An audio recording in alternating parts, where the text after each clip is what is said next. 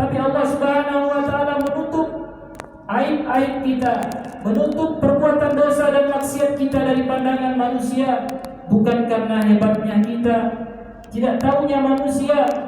Manusia mengira kita adalah orang yang saleh, orang yang taat, orang yang rajin beribadah karena melihat penampilan kita. Tapi ternyata kita banyak maksiat kepada Allah. Tapi mereka tidak mengetahuinya, bukan karena hebatnya kita, tapi karena kasih dan sayang Allah menutup aib-aib kita dari pandangan manusia. Jikalau seandainya dosa yang kita lakukan, maksiat yang telah kita kumpulkan memiliki aroma yang busuk, tentu manusia tidak akan betah duduk berlama-lama bersama kita karena banyaknya dosa dan maksiat yang telah kita lakukan. Maka bersyukurlah kepada Allah, beristighfarlah kepada Allah, bertaubatlah, mohon ampun kepada Allah seberapa besar pun dosa yang telah kita lakukan, karena Allah Maha Pengampun. Allah Subhanahu wa taala menyerukan kepada hamba-hambanya, "Qul ya ibadiyalladzina asrafu ala anfusihim la taqnatu min rahmatillah innallaha yaghfirudz dzunuba jami'a."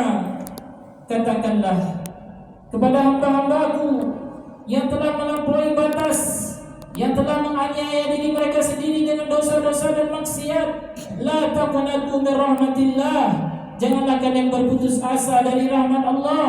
Sesungguhnya Allah mengampuni dosa-dosa semuanya.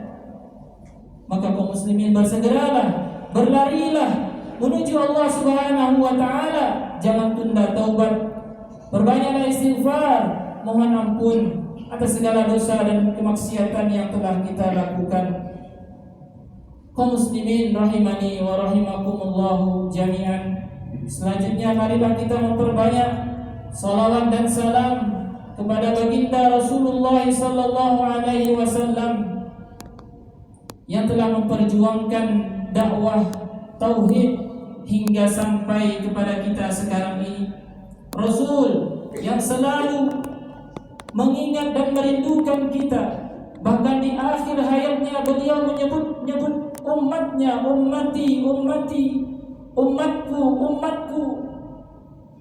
Dan Rasul sallallahu alaihi wasallam menanti umatnya di telaga beliau.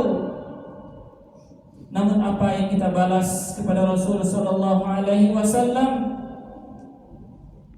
Sebegitu besarnya perjuangan Rasul demi keselamatan kita di dunia dan di akhirat, tapi kita membalasnya dengan malu untuk menyatakan diri kita adalah pengikut Nabi Muhammad sallallahu alaihi wasallam, malu untuk melakukan sunnah-sunnah yang telah diajarkan oleh beliau, malu memelihara jenggot misalnya. Padahal Rasul telah menyuruh kita untuk memelihara jenggot, malu untuk memakai pakaian di atas mata kaki atau tidak isbal. Padahal Rasul telah mengingatkan kita agar jangan isbal karena ancamannya adalah neraka. Malu kita untuk makan dengan tangan kanan, bangga makan dan minum dengan tangan kiri, mengikuti pola-pola orang kafir lebih bangga daripada mengikuti sunnah-sunnah Nabi sallallahu alaihi wasallam. Bahkan betapa sedikitnya kita bersalawat kepada beliau sallallahu alaihi wasallam, terutama di hari Jumat ini yang memang disunnahkan bagi kita untuk memperbanyaknya. Minimalnya kaum muslimin kita bersalawat ketika nama beliau disebutkan di hadapan kita. Maka jangan berat lidah kita untuk mengucapkan salawat ketika khatib, ketika penceramah, ketika ada orang yang membacakan perkataan Rasulullah. Ucapkanlah dengan lisan kita sallallahu alaihi wasallam dengan suara yang lirih yang dapat kita dengar sendiri, bukan di dalam hati, karena dalam hati itu bukan perkataan namanya, tapi juga bukan dengan suara yang keras berteriak sehingga mengganggu orang lain, tapi cukup dengan suara yang lirih yang kita sendiri mendengarnya. Intinya kita memperbanyak salawat kepada Nabi sallallahu alaihi wasallam, dan salawat itu akan berbalas kepada kita Kata Nabi sallallahu alaihi wasallam, barang siapa yang bersalawat kepadaku dengan 1 kali salawat, maka Allah Subhanahu wa taala akan membalas salawat kepadanya 10 kali.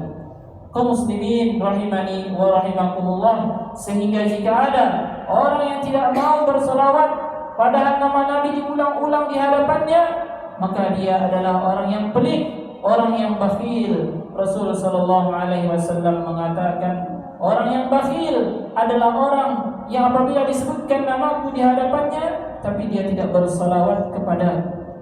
Kenapa disebut bakhil? Karena pahalanya sangat besar kembali kepada orang yang bersalawat itu sendiri, tapi dia bakhil untuk dirinya sendiri. Kaum muslimin rahimani wa rahimakumullah jami'an, di antara ajaran Rasul sallallahu alaihi wasallam kepada kita adalah seringnya Rasul sallallahu alaihi wasallam menekankan kepada kita untuk menjaga hak-hak tetangga, hak orang-orang yang tinggal berdampingan dengan kita, orang-orang yang selalu dekat dengan kita, posisi rumahnya, selalu bertemu, selalu bergaul dengan mereka. Hendaknya kita menjaga hak-hak para tetangga. Banyak sekali ayat-ayat dan hadis-hadis yang menekankan akan hal itu. Di antaranya adalah firman Allah Subhanahu wa taala, wa'budullaha wa la tusyriku bihi syai'a wa bil walidaini ihsana wa bidil qurba wal yatama wal